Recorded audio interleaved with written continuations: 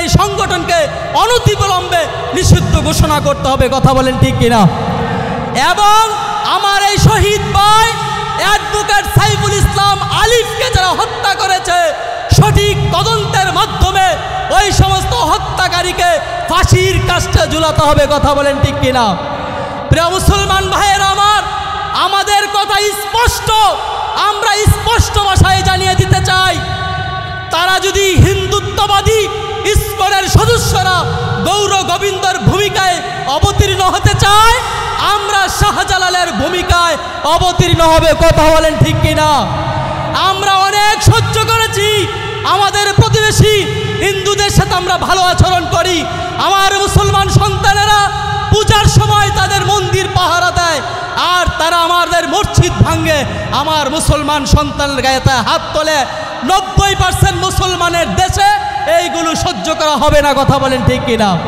ভাইয়ের আমার, ইসলাম প্রতিবেশীর সাথে সুন্দর আচরণ করতে বলেছেন, সে যদি হিন্দু হয়। তবে যারা মুসলমানের দিকে আঙ্গুল উত্তোলন করবে, মুসলমানকে যারা বৃদ্ধাঙ্গুলি দেখাবে, মুসলমান তাদেরকে দুলাভাই ডাকবে না। কথা বলেন ঠিক কিনা? মুসলমান তাদের এই কঠোর জবাব দিবে। কথা বলেন ঠিক কিনা? মনে বড় আশা ছিল যাব মদিনায়, মনে বড় আশা ছিল যাব মদিনায়। সালাম আমি করব গিয়ে নবীর রওজায়,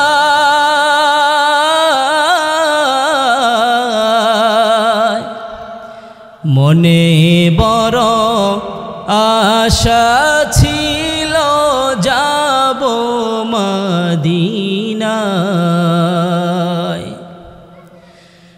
আরব সাগর পাড়ি দেব, নাই কই আমার তরি,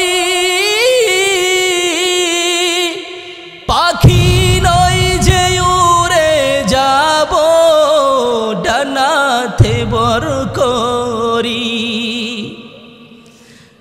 আরব সাগর পাড়ি দেব, নাই কই আমার তরি, পাখি নই যে উড়ে যাব ডানাতে বর করি। আমার আশায় আছে সম্বল নাই, করি কি উপায়।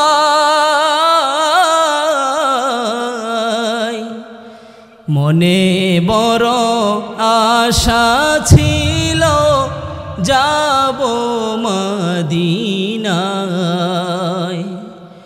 মনে বড় আশা ছিল যাব মদিনায়। কাফেলাতে কে যাও তুমি, কে যাও বাইয়া তরি, ও ভাই নাও নাই আমায় সঙ্গে লইয়া, খানি কৃপা করি। সঙ্গে যদি না নাও মুরে গিয়ে মদিনায়, এই গরিবের সালাম দিও মদিনার বাদশায়। আমার আশায় আছে সম্বল নাই, আশায় আছে সম্বল নাই, করি কি উপায়।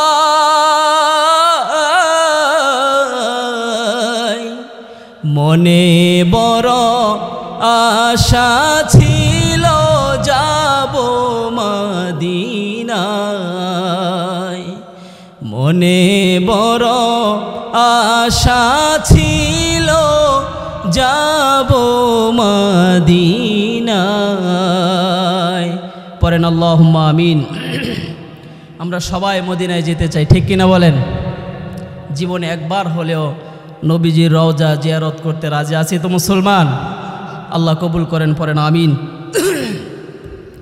ঐতিহ্যবাহী সনবানিয়া উত্তরপাড়া জামে মসজিদের উদ্যোগে আয়োজিত ৭ম বার্ষিকী ইসলামী মহাসম্মেলনের আজকের প্রথম দিনের চলতি অধিবেশনের সম্মানিত সভাপতি সাহেব, প্রধান অতিথি, বিশেষ অতিথি, আমন্ত্রিত ওলামায়ে কেরাম, সর্বস্তরের দিন প্রিয় ইসলাম প্রিয় তাওহিদি জনতা, পর্দার আড়ালে অবস্থানরত আমার সম্মানিতা মা এবং বোনেরা, মহান আল্লাহ তাআলার দরবারে লাখো কোটি শুকরিয়া আদায় করছি, যিনি আমাদেরকে এই অশান্তময় পৃথিবীর অশান্ত পরিবেশ থেকে, গুনাহে ভরপুর অন্ধকারচ্ছন্ন সমাজের গৌর আদার থেকে, অমানিসা থেকে, জুলুমাত থেকে, লাখো কোটি মুমিন মুসলমানের মধ্য থেকে নির্বাচন করে দুনিয়ার মাটিতে নবী করিম সাল্লাল্লাহু আলাইহি ওয়াসাল্লামের বাসায় জান্নাতের বাগানে উপস্থিত হওয়ার তৌফিক দান করেছেন। এজন্য আমরা কি বেজার না খুশি? কম না বেশি? যদি খুশি হয়ে থাকি তাহলে হৃদয়ের সবটুকু আবেগ উজাড় করে দিয়ে স্বতঃস্ফূর্ত কণ্ঠে বলুন আলহামদুলিল্লাহ। আমরা প্রশংসা করলাম কার? সব সময় প্রশংসা করব কার? পাশাপাশি আজকের এই মহতি জলসার ইন্তেজামিয়া কমিটির সকল সদস্যবৃন্দকে এবং আপনারা যারা সহযোগিতা করেছেন সকলকে ধন্যবাদ জানাচ্ছি। পাশাপাশি আমাকে যারা কথা বলার সুযোগ করে দিয়েছেন সর্বোপরি তাদের কৃতজ্ঞতা প্রকাশ করে আমি আমার আলোচনা শুরু করছি। মোহতারাম হাজিরিন, আমি আপনাদের সামনে এমন একটি আয়াতে কারিমা তেলাওয়াত করেছি, আমরা প্রায় সকলেই আয়াতে কারিমার সাথে পরিচিত, ঠিক কিনা বলেন? এই আয়াতটি বাংলাদেশের প্রায় প্রতিটি মসজিদের জুমার দ্বিতীয় খুতবার শেষে পাঠ করা হয়। শুনেছেন আপনারা? যারা খুতবাই শোনেন না তারা কিভাবে জানবেন? যারা খুতবা শোনেন তাদের অবশ্যই এটা মুখস্থ হয়ে যাওয়ার কথা, ঠিক কিনা বলেন? আমি যে আয়াতে কারিমা তেলাওয়াত করেছি এটি সূরাতুন নাহালের 90 নম্বর আয়াত। জোরে বলুন, কয় নম্বর আয়াত? কোন সূরা? সূরাতুন নাহালের 90 নম্বর আয়াত। নাহাল শব্দের অর্থ হচ্ছে মৌমাছি। কি? মাছি দুই প্রকার, একটা হচ্ছে মাছি আর একটা হচ্ছে মৌমাছি। মাছির স্বভাব হচ্ছে পচা গান্দা গোবর আর পায়খানার মধ্যে যাওয়া, আর মৌমাছির স্বভাব হচ্ছে মধু মিষ্টি জাতীয় উন্নত মানের জিনিসের ক্ষেত্রে যাওয়া, ঠিক কিনা বলেন? মৌমাছির স্বভাব হচ্ছে উপরের দিকে আর মাছির স্বভাব হচ্ছে নিচের দিকে। আল্লাহ পাক মৌমাছির নামেও কোরআনুল কারিমে একটি সূরা নাজিল করেছেন, আর সেই সূরা থেকে আমি আপনাদেরকে একটি আয়াত শুনিয়েছি। আয়াতটি জানি কত নম্বর আয়াত? 90 নম্বর আয়াত। কোন সূরা জানি? সূরাতুন নাহালের 90 নম্বর আয়াত। ভাইয়ের আমার, এই সূরাটি এতটাই তাৎপর্যপূর্ণ একটি সূরা, হযরতে আব্দুল্লাহ ইবনে মাসউদ রাদিয়াল্লাহু তাআলা আনহু বলেন পুরা কোরআন মাজিদের সারমর্ম হচ্ছে এই সূরার এই আয়াতটি। সুবহানাল্লাহ। তার মানে পুরা কোরআনে যত আহকাম বর্ণিত হয়েছে এই সূরাতুন নাহালের 90 নম্বর আয়াতে পুরা কোরআনের খোলাসা আল্লাহ পাক বর্ণনা করে দিয়েছেন। সুবহানাল্লাহ। ভাইয়ের আমার, এই আয়াতটি এতটাই মর্যাদাপূর্ণ একটি আয়াত, এই আয়াত শ্রবণ করে মক্কার বিশিষ্ট 3 জন লোক প্রভাবান্বিত হয়েছিল। সুবহানাল্লাহ। তাদের মধ্যে 2 জন লোক এই আয়াত শ্রবণ করে কালিমা পড়ে মুসলমান হয়ে গিয়েছে। সুবহানাল্লাহ। একজন মুসলমান হয় নাই, তবে ইসলামের শ্রেষ্ঠত্ব, ইসলামের বরত্বের ঘোষণা দিয়েছে। সুবহানাল্লাহ। যেই 2 জন এই আয়াত শ্রবণ করে মুসলমান হয়েছেন তাদের মধ্যে একজন হচ্ছেন হযরতে আকসাম ইবনে সাইফি। সাহাবীর নাম কি? আকসাম ইবনে সাইফি রাদিয়াল্লাহু তাআলা। তিনি মক্কার পার্শ্ববর্তী একটি গোত্রের নেতা ছিল। উনি যখন শুনলেন যে নবী মুহাম্মদুর রাসূলুল্লাহ সাল্লাল্লাহু আলাইহি ওয়াসাল্লাম নিজেকে নবুয়তের দাবি করছেন এবং ইসলামের বাণী প্রচার করছেন, তো আকসাম ইবনে সাইফি রাদিয়াল্লাহু তাআলা তিনি বললেন যে আমি মুহাম্মদের কাছে যেতে চাই এবং সে কি বলে এটা আমি শুনতে চাই। তো আকসামের যে গোত্রের লোকেরা তারা বলল, সর্দার আপনি হলেন আমাদের এলাকার নেতা, আপনি একা সেখানে যাওয়াটা সমীচীন হবে না, তাহলে কি করা যায়?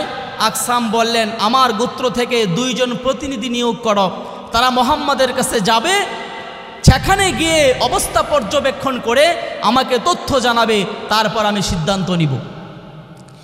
আকসাম ইবনে সাইফি রাদিয়াল্লাহু তাআলা তিনি 2 জন ব্যক্তিকে মনোনীত করলেন। তারা মোহাম্মদের কাছে গেলেন, গিয়ে বললেন, আমরা সাইফির পক্ষ থেকে এসেছি, আমরা আকসাম ইবনে সাইফির পক্ষ থেকে 2টি প্রশ্ন নিয়ে এসেছি। 1 নম্বর প্রশ্ন হলো মান আনতা, আপনি কে? 2 নম্বর প্রশ্ন হলো ওমা আনতা, আপনি কি? প্রশ্নটা বুঝছেন? 2টা প্রশ্ন, একটা হচ্ছে আপনি কে, আরেকটা প্রশ্ন হচ্ছে আপনি কি। যেমন আমাকে যদি কেউ জিজ্ঞেস করে আপনি কে, বলবো আমার নাম ইব্রাহিম খলিল, আমার বাপের নাম অমুক, আমার গ্রামের নাম অমুক। আবার যদি কেউ প্রশ্ন করেন যে আপনি কি, আমি বলবো যে আপনি এই মুহূর্তে আমি আপনাদের একজন বক্তা। ঠিক কিনা বলেন? আল্লাহর নবীকে যখন প্রশ্ন করা হলো মান আনতা ওমা আনতা, আপনি কে এবং কি, এই 2টা প্রশ্ন নিয়ে আপনার কাছে আমরা এসেছি। আল্লাহর নবী বললেন, প্রথম প্রশ্নের জবাব হলো আনা মুহাম্মদ ইবনু আব্দুল্লাহ, আমি আব্দুল্লাহর ছেলে মুহাম্মদ। জোরে বলুন সাল্লাল্লাহু আলাইহি ওয়াসাল্লাম। আমার ভাইয়েরা, আল্লাহর নবী বললেন এই হচ্ছে প্রথম প্রশ্নের জবাব। দ্বিতীয় প্রশ্নের জবাব হলো আমি আল্লাহর বান্দা এবং তার রাসূল। আমার ভাইয়েরা, এই 2 প্রশ্নের জবাব দেওয়ার পরে প্রথম প্রশ্ন হলো আমি আব্দুল্লাহর ছেলে মুহাম্মদ, দ্বিতীয় প্রশ্ন হলো আমি আল্লাহ তাআলার বান্দা এবং তার রাসূল। এই 2 প্রশ্নের জবাব দেওয়ার পরে আল্লাহর নবী এই সূরাতুন নাহলের 90 নম্বর আয়াত তেলাওয়াত করলেন। আয়াত তেলাওয়াত করার পরে ওই 2 ব্যক্তি বলল, আবার আপনি তেলাওয়াত করেন, বড় মধুর একটি আয়াত। আল্লাহর নবী আবার তেলাওয়াত করলেন, ওই 2 ব্যক্তি বললেন আবার তেলাওয়াত করেন। আল্লাহর নবী পরপর কয়েকবার তেলাওয়াত করার পরে তাদের মুখস্থ হয়ে গেছে। এবার 2 জন দূত আকসাম ইবনে সাইফির কাছে গিয়ে বললেন, আমরা তথ্য নিয়ে এসেছি, এ হচ্ছে মুহাম্মদ এবং আল্লাহর বান্দা এবং রাসূল, এই আয়াতটি তেলাওয়াত করেছে, আমরা মুখস্থ করে এসেছি, আপনি শুনতে পারেন। আকসাম ইবনে সাইফি বললেন, তাহলে তোমরা আমাকে তেলাওয়াত করে শোনাও। এই আয়াত তেলাওয়াত করার পরে আকসাম ইবনে সাইফি বললেন, এত সুন্দর আয়াত যার উপরে নাজিল হয় তিনি সাধারণ কোনো মানুষ হতে পারে না, তিনি নিঃসন্দেহে সৎ কাজের আদেশ দেন। সুবহানাল্লাহ। প্রিয় মুসলমান ভাইয়েরা আমার, আকসাম ইবনে সাইফি বললেন, শোনো, তোমরা এই মুহূর্তে তার ধর্মের দীক্ষা নাও, তোমরা সবাই সাক্ষী থাকো, আমি কালিমা পড়ে মুসলমান হয়ে গেলাম। সুবহানাল্লাহ। এই হচ্ছে একজন আকসাম ইবনে সাইফি, এই আয়াত শুনেই মুসলমান হয়ে গেছে। সুবহানাল্লাহ। আরেকজন হলো হযরত উসমান ইবনে মাযউন রাদিয়াল্লাহু তাআলা। তিনি বলেন, আমি যখন প্রথমে কালিমা পড়ে মুসলমান হয়েছিলাম, প্রথমে আমি মানুষের মুখে মুখে শুনে শুনে কালিমা পড়েছি, আমার দিলের মধ্যে ইসলাম বদ্ধমূল হচ্ছিল না।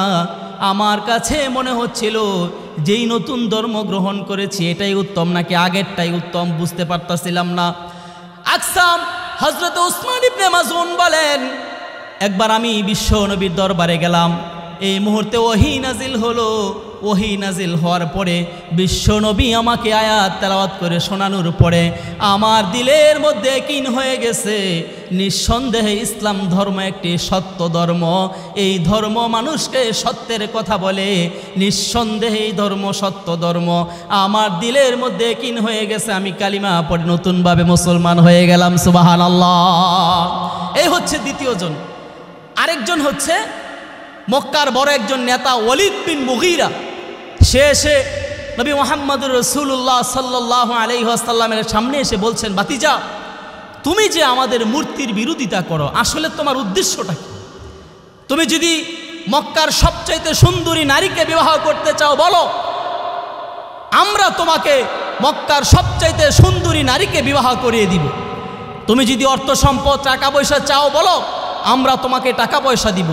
তুমি কি চাও বলো, তুমি যা চাও সব তোমাকে দেওয়া হবে, তবুও তুমি আমাদের মূর্তির বিরোধিতা থেকে বিরত থাক। নবী বলেন, চাচা আপনার কথা কি শেষ? ওয়ালিদ বিন মুগিরা বললেন, হ্যাঁ আমার কথা শেষ। আল্লাহ রসুল সাল্লাল্লাহু আলাইহি ওয়াসাল্লাম বলেন, চাচা কিছুক্ষণ পূর্বে আমার উপরে একটা আয়াত নাজিল হয়েছে, আমি কি বলবো, একটু শুনবেন? ওয়ালিদ বিন মুগিরা বলেন, হ্যাঁ বলো। আল্লাহ নবী সূরাতুন নাহালের এই 90 নম্বর আয়াত তেলাওয়াত করলেন। ওয়ালিদ বিন মুগিরা শুনে সোজাসুজি বসা থেকে উঠে মক্কার বড় বড় লিডারদের কাছে গেলেন, গিয়ে বলেন, আল্লাহি, ও মক্কার নেতারা শোনো, আল্লাহি ইন্না লাহু লাহালাও, আজকে মুহাম্মদের জবান দিয়ে আমি যেই বাক্য শুনেছি, এই বাক্যর মধ্যে নিঃসন্দেহে মাধুর্যতা রয়েছে। এই বাক্য এমন এক বাক্য, মুহাম্মদ যেই কালিমার কথা বলে, এই কালিমা দিন দিন উপরের দিকে উঠতেই থাকবে, উঠতেই থাকবে। মুহাম্মদকে রুখে দেওয়ার মতো শক্তি সামর্থ্য মক্কার মধ্যে কারো নাই। সুবহানাল্লাহ। ওসমান, ওয়ালিদ বিন মুগিরা কালিমা পড়ে মুসলমান হয় নাই, তবে এই আয়াতের মর্যাদা বরত্ব মক্কার অন্যান্য নেতাদের সামনে বর্ণনা করেছেন। সুবহানাল্লাহ। তাহলে এই আয়াতের মর্যাদা কম না বেশি? কম না বেশি?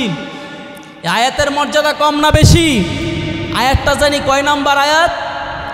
কোন সূরার? সূরাতুন নাহালের 90 নম্বর আয়াত। ভাইয়ের আমার, তাহলে এবার আমরা তাফসিরের দিকে চলে যাই। আমরা যে আয়াতে কারিমা তেলাওয়াত করেছি, এই আয়াতে আল্লাহ পাক 6টি বিষয়ের আদেশ নির্দেশ দিয়েছেন। কয়টা বিষয়ের? 6টা বিষয়ের নির্দেশনা দিয়েছেন। 3টা ইতিবাচক আর 3টা হচ্ছে নীতিবাচক। বলেন কয়টা বিষয়ের আদেশ করেছেন? মোট কয়টি? 6টি। এর মধ্যে 3টি ইতিবাচক আর 3টি নীতিবাচক। আল্লাহ তাআলা বলছেন, ইন্নাল্লাহা ইয়া'মুরু বিল আদলি ওয়াল ইহসানি ওয়া ইতা'i যিল কুরবা। নিশ্চয় আল্লাহ রাব্বুল আলামিন তোমাদেরকে আদেশ করছেন বিল আদলি, 1 নাম্বার হলো আদলের, 2 নাম্বার হলো ওয়াল ইহসান, ইহসানের, 3 নাম্বার হলো ওয়া ইতা'i যিল কুরবা, ইতা'i যিল কুরবা মানে হচ্ছে আত্মীয় স্বজনের হক আদায় করার ব্যাপারে। এই 3টা হচ্ছে আদেশ।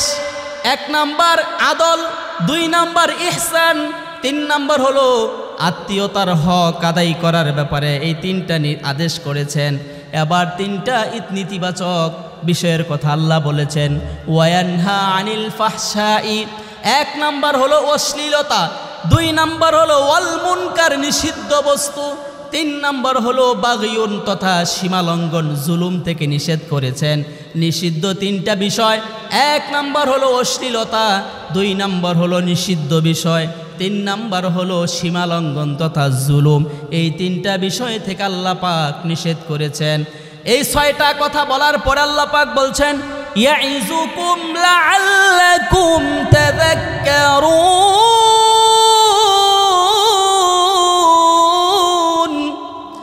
আল্লাহ পাক বলেন, ও দুনিয়ার মানুষ, এই কথাগুলো সাধারণ মানুষের কথা না, আমি ইব্রাহিম খলিলের কথা না। এই কথাগুলো আল্লাহ বলছেন, স্বয়ং আল্লাহ তোমাদেরকে ওয়াজ করছেন যাতে করে তোমরা উপদেশ গ্রহণ করতে পারো। সুবহানাল্লাহ। এই আয়াতে 6টা নির্দেশনা কথা বলার পরে আল্লাহ পাক শেষের দিকে বলেছেন, ইয়াইযুকুম, আল্লাহ তোমাদেরকে ওয়াজ করছেন, লাআল্লাকুম তাযাক্কারুন, যাতে করে তোমরা উপদেশ গ্রহণ করতে পারো। সুবহানাল্লাহ। তাহলে পুরা কোরআনই তো আল্লাহর কথা, কিন্তু এই আয়াত আল্লাহ বিশেষভাবে বলেছেন যে আল্লাহ তোমাদেরকে ওয়াজ করছেন। পুরা কথাই কার? কিন্তু বিশেষ করে বিশেষভাবে গুরুত্ব দিয়ে আল্লাহ বলেছেন, শোনো, এই কথাগুলো আমি তোমাদেরকে ওয়াজ করছি আর আমি নকল করে আপনাদেরকে শোনাচ্ছি। সুবহানাল্লাহ। বলে ভাইয়ের আমার, 1 নাম্বার আল্লাহ বলেছেন আদল, আদলের নির্দেশ করেছেন। আইন দাল লাম, আদল। আদল শব্দের অর্থ হচ্ছে সমান সমান। এই যে টেবিলটা দেখতেছেন সমান সমান, এটাকে আদল বলে। এই আদল 3 প্রকার। কয় প্রকার? 3 প্রকার। এক হচ্ছে ব্যক্তির ক্ষেত্রে আদল, না, প্রথমত হচ্ছে আল্লাহর ক্ষেত্রে আদল, দ্বিতীয়ত হচ্ছে ব্যক্তির ক্ষেত্রে আদল, 3 নাম্বার হচ্ছে গোটা সৃষ্টিজীবের প্রতি আদল। আল্লাহর ক্ষেত্রে আদল কি? আল্লাহর ক্ষেত্রে আদল হচ্ছে আল্লাহর ইবাদত করার ক্ষেত্রে অন্য কাউকে শরিক না করা। সুবহানাল্লাহ। মানে আল্লাহর হক যথাযথভাবে আদায় করার নাম হচ্ছে আল্লাহর ক্ষেত্রে আদল। ব্যক্তির ক্ষেত্রে আদল কি? ব্যক্তির ক্ষেত্রে আদল হচ্ছে নিজের আত্মিক শারীরিক ক্ষতি হয় এমন সমস্ত জিনিস থেকে বিরত থাকার নাম হচ্ছে নিজের প্রতি আদল তথা ইনসাফ করা। গোটা সৃষ্টিজীবের প্রতি আদলের অর্থ হচ্ছে মানুষের প্রাপ্য, প্রাপকের প্রাপ্য সঠিকভাবে পৌঁছে দেওয়ার নাম হচ্ছে আদল তথা ইনসাফ। সুবহানাল্লাহ বলে। ভাইরা আমার, বিচার করার ক্ষেত্রে পক্ষপাতিত্ব না করে সমানভাবে সঠিকভাবে বিচার করাও এক প্রকারের আদল। আল্লাহ পাক কোরআনে কারিমের বহু জায়গায় ব্যাপার আলোচনা করেছেন। আল্লাহ রাব্বুল আলামিন বলেন, وَإِذَا حَكَمْتُمْ بَيْنَ النَّاسِ أَن تَحْكُمُوا بِالْعَدْلِ। আল্লাহ পাক বলেন, ও দুনিয়ার মানুষ শোনো, ওয়াইদা হাকামতুম বাইনান নাসি আন তাহকুমু বিল আদল, যখন তোমরা মানুষের মধ্যে বিচার কার্য ফায়সালা করবে তখন ন্যায়সঙ্গতভাবে ন্যায় পরায়ণতার সাথে তোমরা ফায়সালা করবে। সুবহানাল্লাহ। আল্লাহ পাক হযরতে দাউদ আলাইহিস সালামকে আদেশ করলেন, হে দাউদ, আমি তোমাকে নবী হিসাবে প্রেরণ করেছি, তুমি মানুষের মধ্যে সততার সঙ্গে ন্যায় বিচার করবে। সুবহানাল্লাহ। আল্লাহ তাআলা বলেন, ইয়া দাউদ ইন্না জাআলনাকা খলিফাতান ফিল আরদ। আল্লাহ রাব্বুল আলামিন বলেন, হে দাউদ, ইন্না জাআলনাকা খলিফাতান ফিল আরদ, আমি তোমাকে জমিনের মধ্যে খলিফা বানিয়েছি। খলিফা মানে যে দর্জি এটা না, খলিফা মানে হচ্ছে প্রতিনিধি। কথা বুঝতেছেন? আমরা দর্জিরে খলিফা কই, ঠিক কিনা বলেন? খলিফা মানে হচ্ছে প্রতিনিধি। আল্লাহ পাক বলছেন, হে দাউদ, আমি তোমাকে পৃথিবীবাসীর জন্য খলিফা প্রতিনিধি নিযুক্ত করেছি।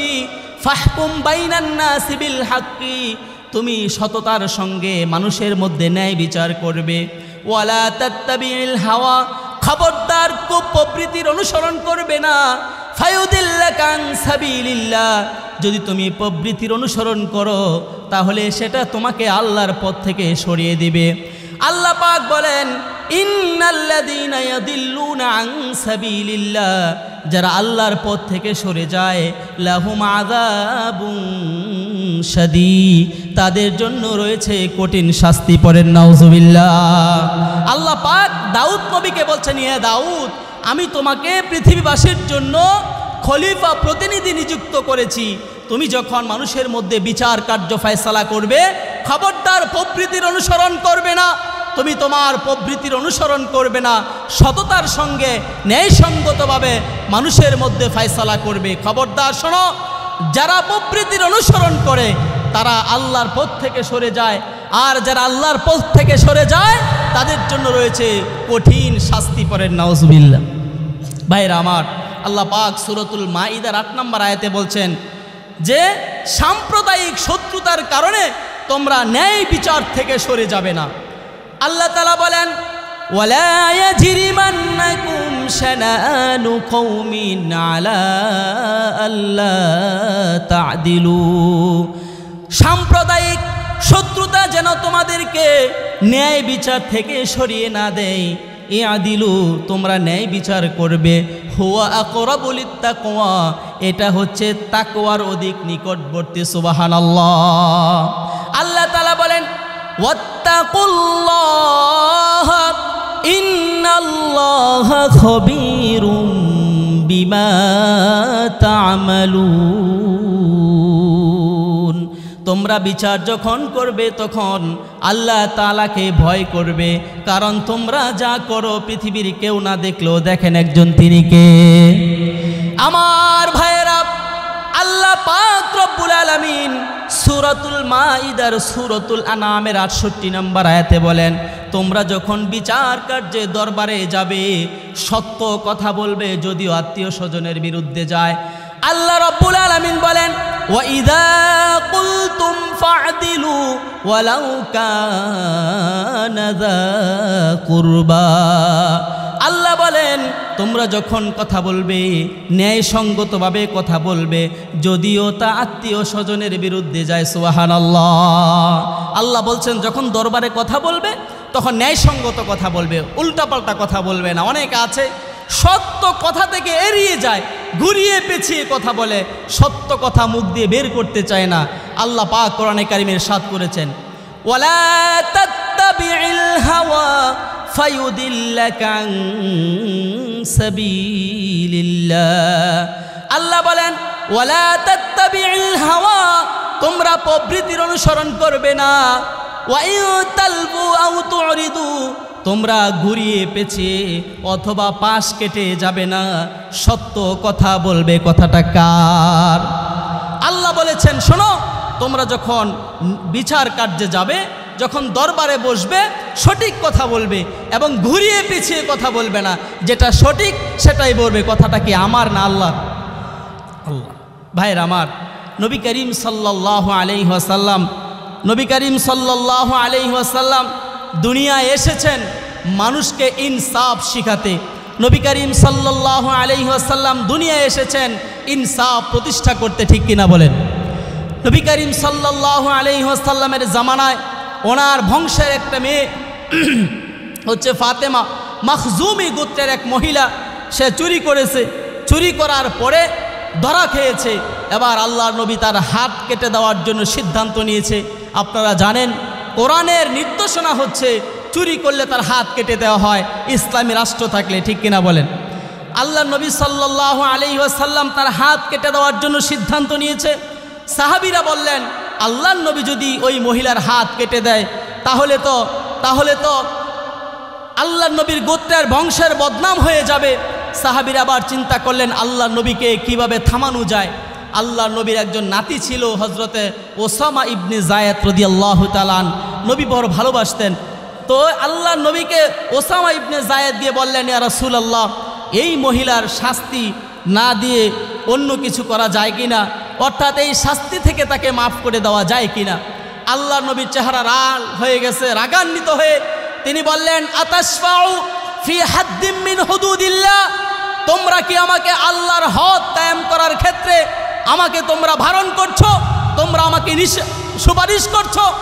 শোনো, আল্লাহ নবী একটা দীপ্ত কণ্ঠে ভাষণ দিলেন, বলেন, ও আইমুল্লাহ, আল্লাহর কসম করে বলছি, শোনো, তোমাদের পূর্বে অনেক জাতিরা ছিল, তারা ধ্বংস হয়ে যাওয়ার অনেকগুলো কারণের মধ্যে অন্যতম একটি কারণ হচ্ছে ওয়াইদা সারাকা ফীহুমুদ দাঈফ, যখন তাদের দুর্বল কোনো লোক চুরি করত, আকামু আলাইহিল হাদ, তখন তার উপর হদ কায়েম করা হতো, তাকে শাস্তি দেওয়া হতো।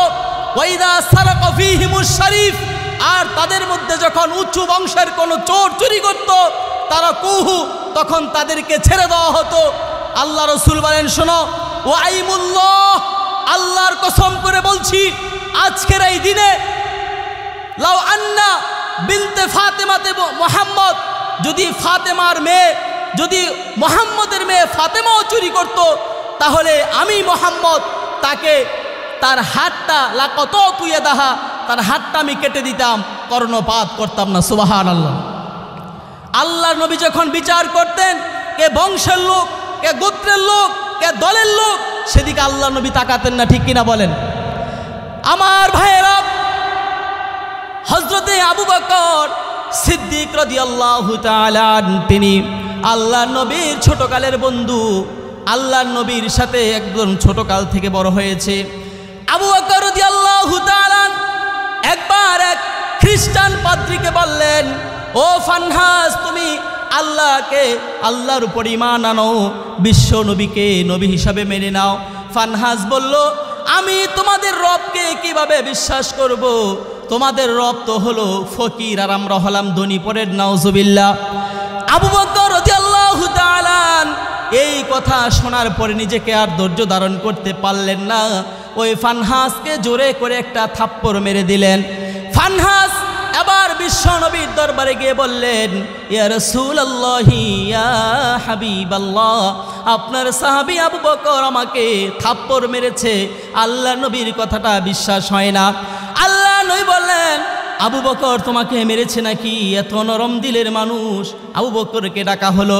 আবু বকর বললেন, ইয়া রাসূলুল্লাহ, এই লোককে আমি থাপ্পড় দেওয়ার কারণ হলো সে আমার আল্লাহকে ফকির বলে একটা গালি দিয়েছে। পড়েন নাউজুবিল্লাহ। এবার ইহুদি সে বলে আমি আল্লাহকে গালি দেই নাই। আবু বকরকে আল্লাহ রসুল বলেন, আবু বকর তুমি সাক্ষী, তুমি দায়ের করো, সাক্ষী নিয়ে আসো। সে যে আল্লাহকে গালি দিছে তোমার কাছে কোনো সাক্ষী আছে নাকি? আবু বকর কয়, না না, আমার কাছে কোনো সাক্ষী নাই।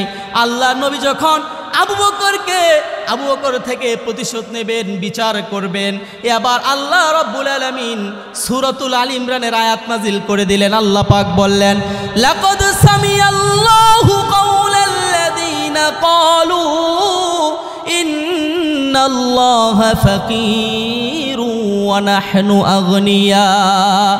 আল্লাহ পাক বলেন, নবী আবু বকরের সাক্ষী স্বয়ং আমি আল্লাহ রাব্বুল আলামিন, যারা আল্লাহ তাআলাকে ফকির বলে গালি দিয়েছে আমি আল্লাহ রাব্বুল আলামিন তাদের কথা শুনেছি। বলেন সুবহানাল্লাহ। বন্ধু বলে ছাড় পায় নাই। আল্লাহ নবী চাইতে পারতেন যে আমার ছোটকালের বন্ধু মাফ করে দেই। আল্লাহ নবীর সামনে কে বন্ধু, কে পরিবার, কে গোত্র, কে দলের লোক, আল্লাহ নবীর দেখার টাইম নেই। কথা বলেন ঠিক কিনা? ভাইয়ের আমার, আল্লাহ নবী এভাবে সমাজ ইনসাফ প্রতিষ্ঠিত করে গেছেন, এভাবে ইনসাফ ন্যায় পরায়ণতা সমাজের মধ্যে প্রতিষ্ঠা করে গিয়েছেন। আল্লাহ পাক রব্বুল আলামিন বলছেন, যারা ন্যায় বিচার করে তাদেরকে মহান আল্লাহ রব্বুল আলামিন স্বয়ং নিজে ভালোবাসেন। সুবহানাল্লাহ। আল্লাহ রব্বুল আলামিন বলেন, ফাসলিহু বাইনাহুমা বিল আদলি ওয়াকসিতু ইন্নাল্লাহা ইউহিব্বুল মুকসিতিন। আল্লাহ তাআলা বলেন, তোমরা যখন মানুষ ঝগড়া হয়, বিবাদ হয়, তোমরা ন্যায় সঙ্গতভাবে বিচার কার্য ফয়সালা করে দিবে। আমি আল্লাহ রাব্বুল আলামিন ন্যায় পরায়ণ শাসককে ভালোবাসি। সুবহানাল্লাহ। প্রিয় মুসলমান ভাইয়েরা আমার, কিয়ামতের দিন যখন আসমানের সূর্যটা মাথার কাছে থাকবে, ছায়া বলে কোনো কিছু থাকবে না, সেদিন আল্লাহ পাক রব্বুল আলামিন বলেন 60 শ্রেণীর মানুষকে আমি আরশে আজিমের নিচে ছায়া দান করব। তার মধ্যে 1 নাম্বার হলো আল ইমামুল আদিল, ন্যায়পরায়ণ শাসক। সুবহানাল্লাহ। ন্যায়পরায়ণতার সাথে যারা বিচার কার্য ফয়সালা করে, আল্লাহ পাক বলেন কিয়ামতের দিন আরশে আজিমের নিচে আমি ছায়া দান করব। সুবহানাল্লাহ। তাহলে 1 নাম্বার আল্লাহ পাক বলছেন আদল, ইনসাফ প্রতিষ্ঠা করো। ব্যক্তি জীবন থেকে নিয়ে সমাজের প্রতিটি রন্ধ্রে রন্ধ্রে তোমরা ইনসাফ প্রতিষ্ঠা করবে। কথাটা কার? আল্লাহর। 2 নাম্বার আল্লাহ পাক বলছেন ওয়াল ইহসান, ইহসান করবে। কি করবে? ইহসান। ইহসান শব্দের অর্থ হচ্ছে সুন্দর করা। এটা হাসানুন, হাসিন, নুন, এই 3টা শব্দ থেকে এসেছে, 3টা হরফ থেকে এসেছে। ইহসান শব্দের অর্থ হচ্ছে সুন্দর করা। আর পরিভাষায় ইহসান বলা হয় আল্লাহ এবং বান্দার মাঝে সমস্ত লেনদেনকে সুন্দর করার নাম হচ্ছে ইহসান। সুবহানাল্লাহ। এই ইহসান 2 প্রকার। ইহসান কয় প্রকার? ঘুমায় গেছেন আপনারা? ইহসান কয় প্রকার? 2 প্রকার। 1 নাম্বার হচ্ছে ইবাদতে ইহসান, 2 নাম্বার হচ্ছে মানুষের সাথে ইহসান। সুবহানাল্লাহ। বলেন ইবাদতের ক্ষেত্রে ইহসানটা কি জিনিস? হাদিসে জিব্রাইল নামে একটা হাদিস আছে। জিব্রাইল আলাইহিস সালাম মানুষের বেশে আল্লাহর নবীকে এসে কয়েকটা প্রশ্ন করেছেন। তার মধ্যে অন্যতম একটি প্রশ্ন হচ্ছে, হুজুর ইহসান কাকে বলে? হাদিসটি বর্ণনা করেছেন হযরত ওমর ইবনুল খাত্তাব রাদিয়াল্লাহু তাআলা আনহু। ওমর ইবনুল খাত্তাব রাদিয়াল্লাহু তাআলা আনহু বলেন, একবার আমরা বিশ্ব নবীর দরবারে বসা ছিলাম, এমন সময় একটা আগন্তুক এসেছে, তাকে আমরা চিনি না এবং সে কোত্থেকে এসেছে আমরা জানিও না। আমার ভাইয়েরা, এই লোকটা যে দূর থেকে এসেছে, তার চেহারার মধ্যে সফরের কোনো ক্লান্তি নাই, কোনো চিহ্ন নাই। আমরা বড় অবাক হলাম। এই লোকটা আল্লাহ নবীর দরবারে এসে আল্লাহ নবীর হাঁটুর সাথে হাঁটু মিলিয়ে তাশাহুদ যেভাবে পড়িয়েভাবে বসে আল্লাহর নবীকে কয়েকটা প্রশ্ন করেছেন। এই লোকটা দুনিয়ার কোনো মানুষ না, এই লোকটা হলো জিব্রাইল আলাইহিস সালাম। প্রিয় মুসলমান ভাইয়েরা আমার, আল্লাহ নবীকে এসে বললেন, ইয়া রাসূলুল্লাহ বাল ঈমান, ঈমান কি জিনিস? আল্লাহর নবী প্রশ্নের জবাব দিলেন। আবার বললেন, ইয়া রাসূলুল্লাহ মাল ইহসান, ইহসান কি জিনিস আপনি বলেন।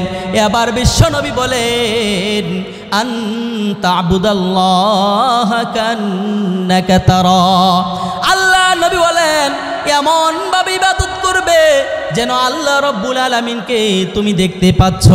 আল্লাহ রব্বুল আলামিনকে যদি দেখতে না পাও তাহলে মনে করবে তিনি তোমাকে দেখতে পাচ্ছেন। সুবহানাল্লাহ। আল্লাহ নবী বলেন আন তা'বুদাল্লাহা কান্নাকা তারা ফাইন লাম তাকুন তারাহু ফাইন্নাহু ইয়ারাক। তুমি যদি এমন অবস্থা না হয় তুমি আল্লাহ তাআলাকে দেখো না, তবে মনে করবে আল্লাহ তাআলা তোমাকে দেখছেন। সুবহানাল্লাহ। দুনিয়ার কেউ না দেখলেও দেখেন একজন, তিনি কে? আল্লাহ রাসূল বললেন শোনো, তুমি যখন ইবাদত করবে, ইবাদত শুধু নামাজ রোজা হজ যাকাতের নাম নয়। ইবাদত হচ্ছে আল্লাহর বিধান মানা, আল্লাহ যা আদেশ করেছেন তা মানা, আল্লাহ যা নিষেধ করেছেন তার থেকে বিরত থাকা, নবীজির আদর্শের উপর, নবীজির তরিকার উপর চলার নাম হচ্ছে ইবাদত। কথা বলেন ঠিক কিনা?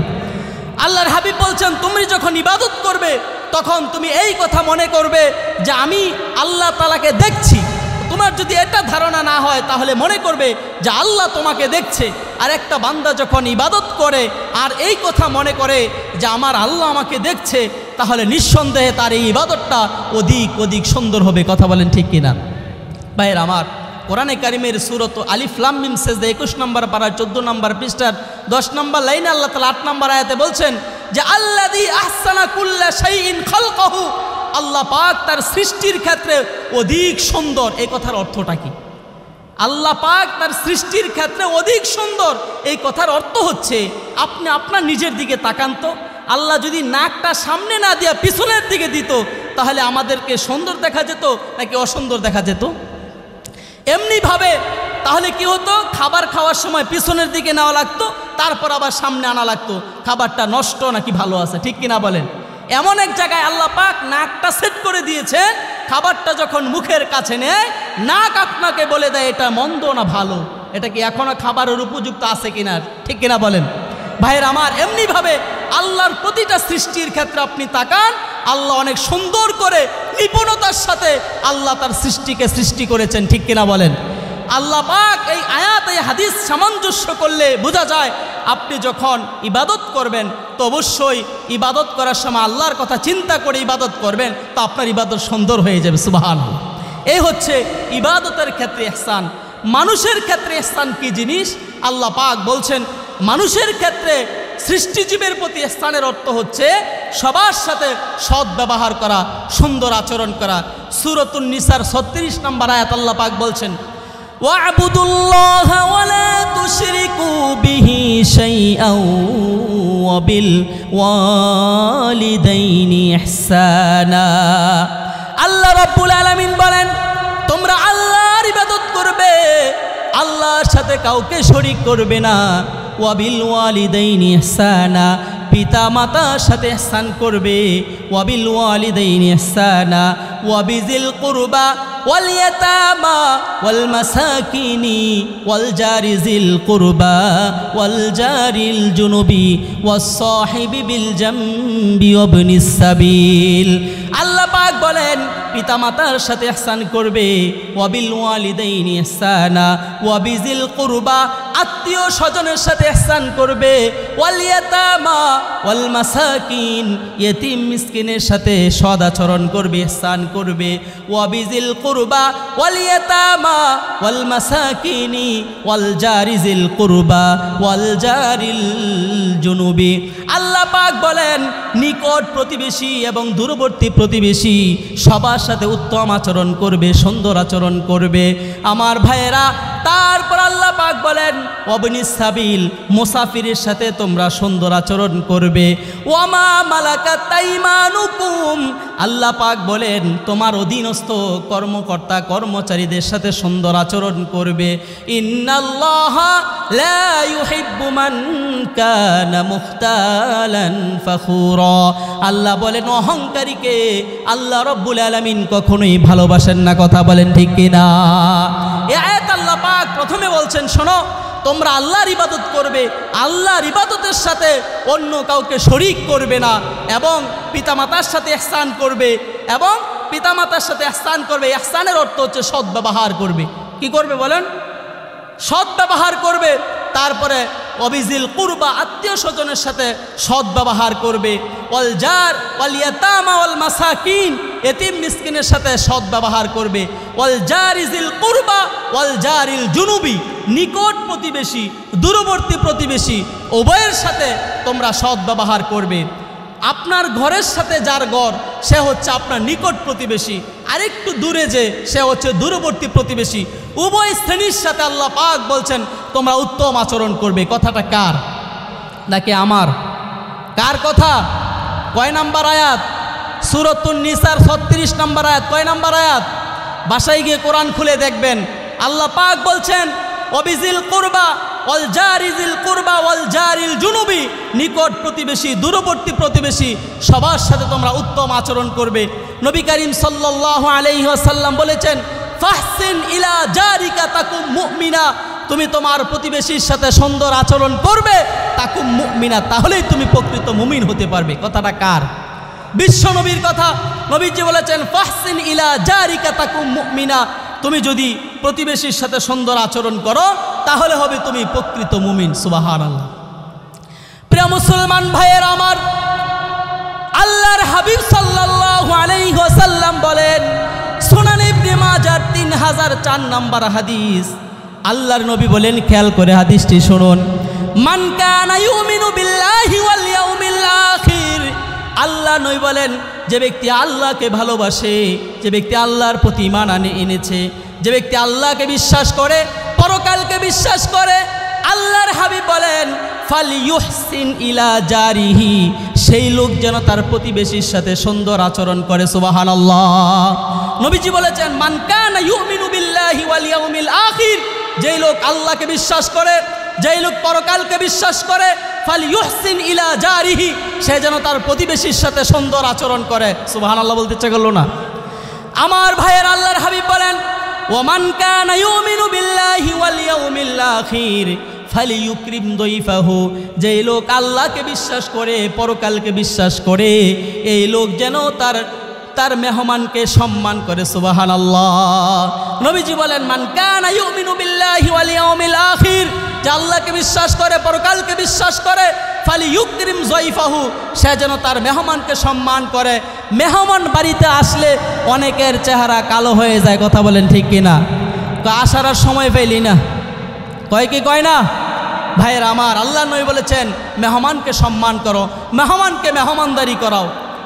পরের অংশ আল্লাহ নবী বলেছেন ওয়ামান কানা ইউমিনু বিল্লাহি ওয়াল ইয়াউমিল আখির, যারা আল্লাহকে বিশ্বাস করে, পরকালকে বিশ্বাস করে, সে যেন ফালিয়াকুল খায়রান, সে যেন সুন্দর কথা বলে, কল্যাণকর কথা বলে, আউ লিয়াসকুত, সুন্দর কথা না বলতে পারলে অন্যথায় সে যেন চুপ থাকে। সুবহানাল্লাহ। ভাইয়েরা আমার, আল্লাহর হাবিব সাল্লাল্লাহু আলাইহি ওয়াসাল্লাম এই কথাগুলো বলেছেন। আমরা সবাই আল্লাহকে বিশ্বাস করি কি করি না? পরকালকে বিশ্বাস করি কি করি না? যদি আমি আল্লাহর বিশ্বাস না করি, পরকালকে বিশ্বাস না করি, তাহলে বুঝতে হবে আমি প্রকৃত ঈমানদার হতে পারি নাই। কথা বলেন ঠিক কিনা? নবীজি বলেছেন যে আল্লাহকে বিশ্বাস করে, যে পরকালকে বিশ্বাস করে, সে যেন তার প্রতিবেশীর সাথে সুন্দর আচরণ করে। কথাটা কার? আল্লাহ এবং তার রাসূলের কথা।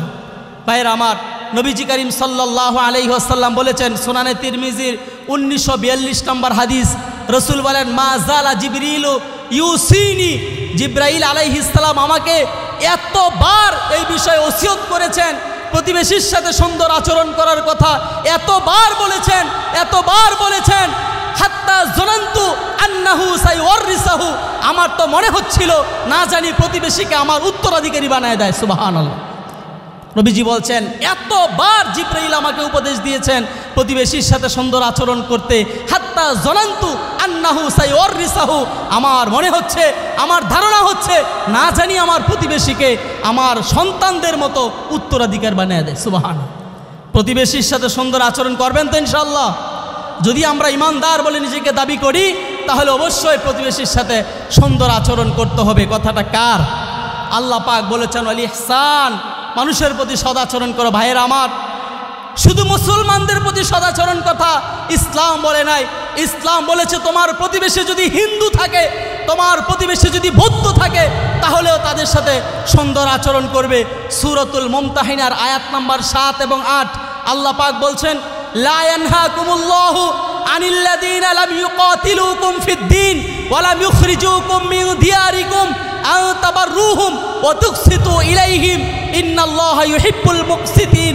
আল্লাহ পাক বলছেন, শোনো, তোমাদের যেই হিন্দু প্রতিবেশীরা তারা যদি তোমাদের দিনের ব্যাপারে যুদ্ধে লিপ্ত না হয়, তারা যদি তোমাদেরকে দেশ থেকে বহিষ্কার করার ষড়যন্ত্র না করে, আন তাবাররুহুম, তাহলে তাদের সাথে সৎ আচরণ করতে, অতুকসিতু ইলাইহিম, এবং তার সাথে ন্যায় বিচার করতে, ন্যায়সঙ্গত কথা বলতে আল্লাহ পাক তোমাদেরকে নিষেধ করেন না, বরং ইন্নাল্লাহা ইউহিব্বুল মুকসিতিন, বরং আল্লাহ রব্বুল আলামিন ন্যায়পরায়ণদেরকে, উত্তম আচরণকারীদেরকে স্বয়ং আল্লাহ ভালোবাসেন। সুবহানাল্লাহ। ভাইয়ের আমার, ইসলাম ধর্ম উদারতার ধর্ম, ইসলাম ধর্ম শান্তির ধর্ম। ইসলাম কোনো দাঙ্গা হাঙ্গামাকে পছন্দ করে না, কিন্তু ইসলামের এই সৌন্দর্যকে, ইসলামের এই সরলতাকে আজকে এক শ্রেণীর হিন্দুত্ব উগ্রবাদীরা পুঁজি করে পর কিছুদিন পর মুসলমানদের উপর তারা আক্রমণ করে। আমরা বারবার তাদের প্রতি উদারতা দেখিয়েছি। 2 দিন আগেও চট্টগ্রামে আমার একজন মুসলমান ভাই শহীদ অ্যাডভোকেট সাইফুল ইসলাম আলিফকে, এই হিন্দুদের একটা সংগঠন আছে ইসকন, এই সন্ত্রাসী সংগঠনের কিছু কর্মীরা আমার এই মুসলমান ভাই শহীদ অ্যাডভোকেট সাইফুল ইসলাম আলিফকে তারা গলা কেটে কুপিয়ে তারা হত্যা করেছে। আমরা তীব্রভাবে এর প্রতিবাদ জানাই এবং আমরা এই কথা বলতে চাই, আমরা অনেক সহ্য করেছি হিন্দুদের এই ইসকন এই সংগঠনকে, আমরা আর প্রশ্রয় দিতে পারি না। আমরা সরকারের কাছে উদারত আহ্বান জানাই, হিন্দুদের এই ইসকন এই সংগঠনকে অনতিবিলম্বে নিষিদ্ধ ঘোষণা করতে হবে। কথা বলেন ঠিক কিনা? এবং আমার এই শহীদ ভাই অ্যাডভোকেট সাইফুল ইসলাম আলিফকে যারা হত্যা করেছে, সঠিক তদন্তের মাধ্যমে ওই সমস্ত হত্যাকারীকে ফাঁসির কাস্টে ঝুলাতে হবে। কথা বলেন ঠিক কিনা? প্রিয় মুসলমান ভাইয়েরা আমার, আমাদের কথা স্পষ্ট, আমরা স্পষ্ট ভাষায় জানিয়ে দিতে চাই, তারা যদি হিন্দুত্ববাদী ইসকনের সদস্যরা গৌর গোবিন্দর ভূমিকায় অবতীর্ণ হতে চায়, আমরা শাহজালালের ভূমিকায় অবতীর্ণ হবে। কথা বলেন ঠিক কিনা? আমরা অনেক সহ্য করেছি, আমাদের প্রতিবেশী হিন্দুদের সাথে আমরা ভালো আচরণ করি। আমার মুসলমান সন্তানেরা পূজার সময় তাদের মন্দির পাহারা দেয়, আর তারা আমাদের মসজিদ ভাঙে, আমার মুসলমান সন্তানের গায়ে হাত তোলে। 90% মুসলমানের দেশে এইগুলো সহ্য করা হবে না। কথা বলেন ঠিক কিনা? ভাইয়ের আমার, ইসলাম প্রতিবেশীর সাথে সুন্দর আচরণ করতে বলেছেন, সে যদি হিন্দু হয়। তবে যারা মুসলমানের দিকে আঙ্গুল উত্তোলন করবে, মুসলমানকে যারা বৃদ্ধাঙ্গুলি দেখাবে, মুসলমান তাদেরকে দুলাভাই ডাকবে না। কথা বলেন ঠিক কিনা? মুসলমান তাদের এই কঠোর জবাব দিবে। কথা বলেন ঠিক কিনা? ভাইয়ের আমার, 3 নম্বর আল্লাহ পাক বলছেন ওয়াইতাইজিল কুরবা, 1 নম্বর ন্যায় বিচার, 2 নম্বর অন্যের প্রতি স্থান তথা সদাচরণ করা, 3 নম্বর বলেছেন ওয়াইতাইজিল কুরবা, আত্মীয় স্বজনকে কিছু দেওয়া। ইতাইজিল কুরবা, আত্মীয় স্বজনকে আপনি কি দিবেন সেটা কিন্তু এই আয়াতের মধ্যে নাই। কোরআনে কারিমের আরেক আয়াত আল্লাহ বলেছেন ওয়াতিজাল কুরবা হাক্কাহু, আত্মীয় স্বজনকে তার হক পরিপূর্ণভাবে আদায় করে দাও। আত্মীয় স্বজনের কি হক এ ব্যাপারে অনেক লম্বা কথা আছে। আত্মীয় স্বজন অসুস্থ হলে তাকে দেখতে যাওয়া, অভাবী হলে তাকে আর্থিক সহযোগিতা করা, তাকে বিপদে পড়লে সান্ত্বনার বাণী শোনানো, তাকে ধৈর্য ধারণ করার উপদেশ দেওয়া এবং তাকে সার্বিক সহযোগিতা করা। আত্মীয় স্বজনের মিরাস, তাদের উত্তরাধিকারী সম্পত্তি তাদেরকে পরিপূর্ণভাবে বুঝিয়ে দেওয়া, এ ব্যাপারে অনেক কথা আছে। তাহলে আমরা 3টা কথা শুনলাম, ইতিবাচক 3টা আদেশ। একটা হচ্ছে আল্লাহ পাক বলেছেন আল্লাহর ক্ষেত্রে, ব্যক্তির ক্ষেত্রে, সকলের ক্ষেত্রে ইহসান করতে, আল্লাহ সকলের ক্ষেত্রে ইনসাফ করতে হবে। 2 নম্বর হচ্ছে সকলের ক্ষেত্রে ইহসান করতে হবে। ইমাম কুরতুবী বলেন, যেই ব্যক্তি তার ঘরে একটা বিড়াল খাবার পায় না, তার বিড়াল প্রয়োজনীয় জিনিস পায় না, তার পিঞ্জিরার মধ্যে খাঁচার মধ্যে পাখি বন্দি, ওই পাখি ঠিকমতো খাবার পায় না, ওই লোকটা যত বড় ইহসান, যত বড় ইবাদতকারী হোক, ওই লোকটা ইহসানকারী হবে না। সুবহানাল্লাহ বলেন। ভাইরা আমার, 3 নম্বরে আল্লাহ পাক বলছেন, 3 নম্বর আল্লাহ পাক বলছেন আত্মীয় স্বজনের হক আদায় করা। আমরা তো আত্মীয় স্বজনের হক আদায় করব দূরের কথা, আত্মীয় স্বজনের সাথে সম্পর্ক বিচ্ছিন্ন করে দিচ্ছি দিন দিন, ঠিক কিনা বলেন? নবী করিম সাল্লাল্লাহু আলাইহি ওয়াসাল্লাম বলেছেন, লা ইয়াদখুলুল জান্নাতা কাতিউন, ওই লোক যে আত্মীয়তার সম্পর্ক ছিন্ন করে সে কোনোদিন জান্নাতে যাবে না। পরে নাউজুবিল্লাহ। ভাইরা আমার, ইতিবাচক 3টা আদেশ আমরা শুনলাম, নেতিবাচক 3টা আদেশ শুনেই আমরা আলোচনা সমাপ্তির দিকে টানব। আল্লাহ পাক বলছেন 1 নম্বর, ওয়ায়ানহা আনিল ফাহশা, অশ্লীলতা থেকে তোমরা বিরত থাকো। কি থেকে বলেন তো? অশ্লীলতা কি জিনিস? অশ্লীলতা এমন এক মন্দ কাজ, যেই মন্দ কাজ মুসলমান অমুসলমান সবাই যেটাকে অপছন্দ করে, এবং প্রকাশ্য কবিরা গুনাহকে অশ্লীলতা বলা হয়। কোরআনে কারিমে আল্লাহ পাক বলছেন, হে নবী আপনি বলুন যে আমার রব প্রকাশ্য এবং গোপন সকল প্রকারের অশ্লীলতাকে আল্লাহ পাক হারাম করেছেন। কোরআনে কারিমে আল্লাহ বলেন, কুল ইন্নামা হাররামা রাব্বিয়াল ফাওয়াহিশা মা যাহারা মিনহা ওয়া মা বাতান। আল্লাহ পাক বলেন, হে নবী আপনি আপনার উম্মতদেরকে জানায় দেন, ইন্নামা হাররামা রাব্বিয়াল ফাওয়াহিশা, আমার রব প্রকাশ্য এবং গোপন সব প্রকারের অশ্লীলতাকে হারাম করে দিয়েছেন। কোরআনে কারিমের আরেক আয়াত আল্লাহ বলেন, ওয়ালা তাকরাবুল ফাওয়াহিশা মা যাহারা মিনহা ওয়া মা বাতান। আল্লাহ পাক বলেন, দূরবর্তী প্রকাশ্য এবং গোপন সকল প্রকারের অশ্লীলতার কাছেও তোমরা যাবে না। কথাটা কার? অশ্লীলতা। আজকে আমাদের সমাজে অশ্লীলতার 6 লাভ আছে না নাই? ঘরে ঘরে অশ্লীলতার 6 লাভ দিন দিন ছড়িয়ে যাচ্ছে। ভাইয়ের আমার মেয়ে অশ্লীলতার সাথে জড়িত, আমার ছেলে অশ্লীলতার সাথে জড়িত, আমি নিজে অশ্লীলতার সাথে জড়িত, অথচ একটা বার কর্ণপাত হয় না, একটা বার আল্লাহর কথা স্মরণ হয় না যে আল্লাহ আমাকে অশ্লীলতা থেকে বিরত থাকার কথা বলেছেন। এই ব্যাপারে আমাদের মনে বিন্দুমাত্র জাগ্রত হয় না, বিন্দুমাত্র পরকালের কথা চিন্তা হয় না। প্রশ্ন হচ্ছে, আপনি অশ্লীলতা থেকে কিভাবে বিরত থাকবেন? কোরআনে কারিমের সূরাতুল আনকাবুত আল্লাহ তাআলা ইরশাদ করেছেন, ইন্নাস সালাতা তানহা আনিল ফাহশাই ওয়াল মুনকার। আল্লাহ পাক বলেন, নিশ্চয়ই নামাজ মানুষকে অশ্লীল এবং অন্যায় কাজ থেকে বিরত রাখে। সুবহানাল্লাহ। আল্লাহ পাক বলছেন যে নামাজ মানুষকে অশ্লীল এবং মন্দ কাজ থেকে বিরত রাখে। এখন আপনার প্রশ্ন হচ্ছে, হুজুর কত মানুষ এমন আছে নামাজও পড়ে, আরেকজনের ক্ষেতের আইল কেটে কেটে নিজের ক্ষেত বড় করে, এমনও লোক আছে না নাই? নামাজও পড়ে আবার সুদ খায় লোক আছে না নাই? নামাজও পড়ে ঘুষ খায় লোক আছে না নাই? নামাজও পড়ে অসৎ ব্যবসার সাথে জড়িত আছে না নাই? নামাজও পড়ে আবার ব্যবসায় সিন্ডিকেট করে আছে না নাই? তাহলে তাদের নামাজ তাদেরকে এই সমস্ত অন্যায় কাজ থেকে বিরত রাখে না কেন? প্রশ্ন হয় কি হয় না? ভাইরা আমার, নবী করিম সাল্লাল্লাহু আলাইহি ওয়াসাল্লামের জামানায় এক লোক এই আয়াতের ব্যাখ্যায় এসেছে, সে নামাজও পড়তো আবার চুরিও করত। সাহাবীরা বললেন, ইয়া রাসূলুল্লাহ, ওই লোক নামাজও পড়ে আবার চুরিও করে, এটা কেমন কথা? আল্লাহ নবী বলেন, তাকে নামাজ পড়তে দাও, তাকে নামাজ থেকে বিরত রেখো না। এক সময় হয়তোবা নামাজ পড়ার বদৌলতে সে এই চুরির এই অভ্যাস থেকে সে বিরত হয়ে যাবে। ঐতিহাসিকরা লিখেছেন, শেষ পর্যন্ত নামাজ পড়তে পড়তে এক সময় তার এই মন্দ অভ্যাস চুরি থেকে সে বিরত রয়েছে। সুবহানাল্লাহ। এই ঘটনা এবং আয়াত প্রমাণ করে আমরা যারা নামাজ পড়ি, নামাজের পাশাপাশি আবার অশ্লীল কাজের সাথে, অন্যায় কাজের সাথে জড়িত আছি, মন্দ কাজের সাথে জড়িত আছি, আমাকে বিশ্বাস করতে হবে আল্লাহর কোরআন সত্য। আমি যে নামাজ পড়ছি, আমার নামাজের কোথাও না কোথাও ত্রুটি আছে। কথা বলেন ঠিক কিনা? হয়তো আমার ওযু হচ্ছে না, না হয় আমার নামাজ হচ্ছে না, হয়তোবা কোথাও কোনো না কোনো জায়গায় একটু সমস্যা আছে, আমাকে সেই সমস্যাগুলো খুঁজে খুঁজে বের করতে হবে এবং সেখান থেকে সংশোধন হতে হবে, সেই সমস্যা থেকে নিজেকে উদ্ধার করতে হবে। কথা বলেন ঠিক কিনা? ভাইয়ের আমার, আল্লাহ পাক যে নেতিবাচক তিনটা কথা বলেছেন, এক নম্বর হচ্ছে ফাহশা, অশ্লীলতা থেকে বিরত থাকতে হবে। আমরা সবাই রাজি আছি তো ইনশাল্লাহ? 2 নম্বর আল্লাহ পাক বলেছেন অল মুনকার, মুনকার মানে হচ্ছে নিষিদ্ধ।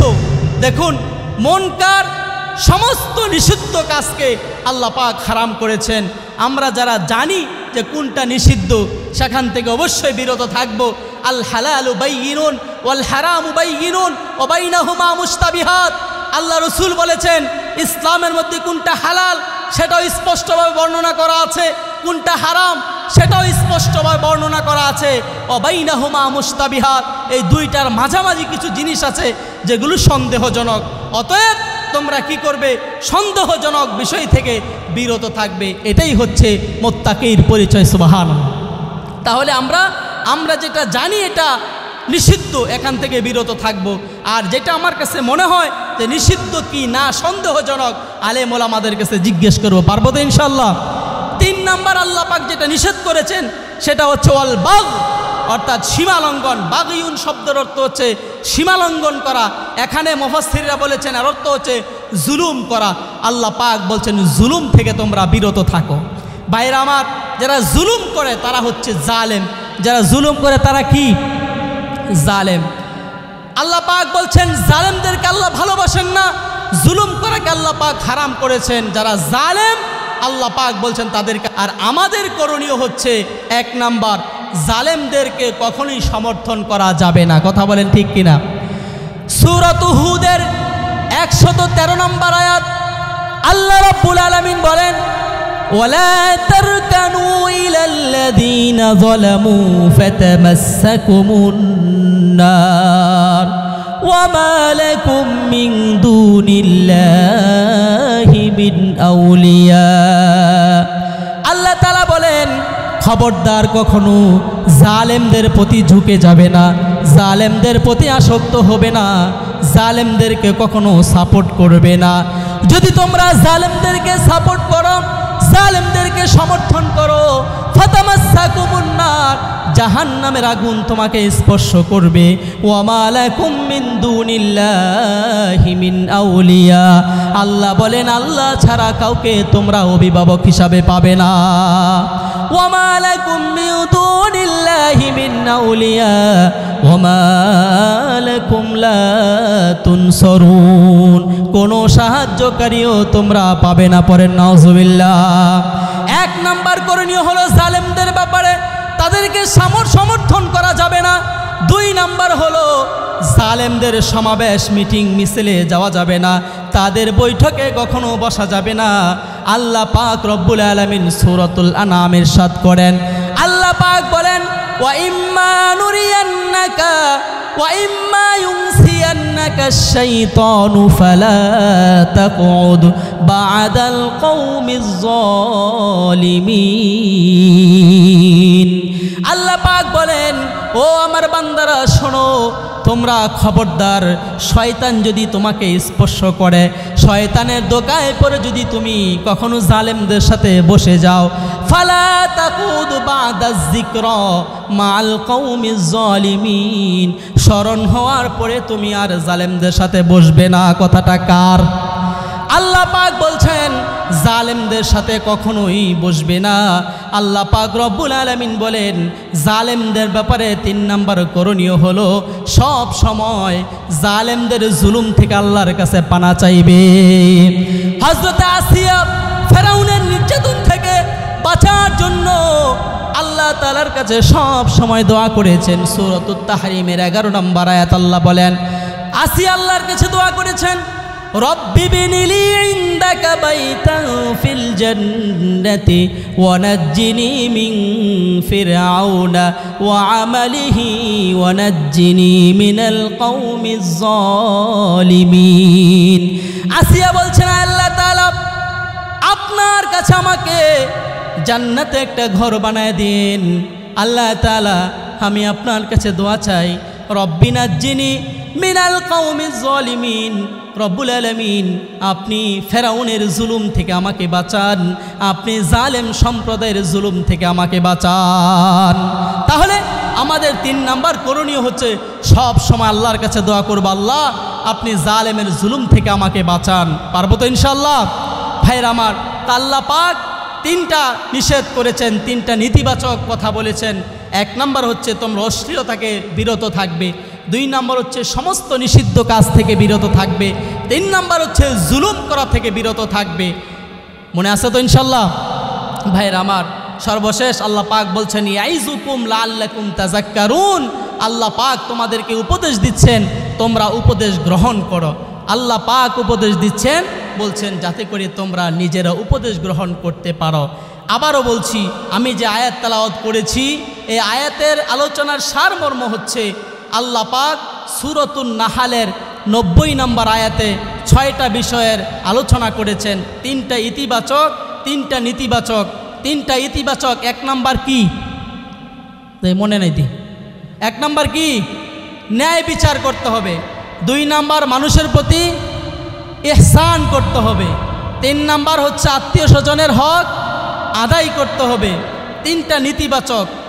1 নাম্বার অশ্লীলতা থেকে বিরত থাকতে হবে, 2 নাম্বার সমস্ত নিষিদ্ধ কাজ থেকে বিরত থাকতে হবে, 3 নাম্বার জুলুম করা থেকে বিরত থাকতে হবে। মনে আছে তো? না বলে যাবেন? আল্লাহ পাক আমি সহ আমাদের সবাইকে আমল করার, বুঝার এবং আমল করার তৌফিক দান করেন। পড়েন আমিন।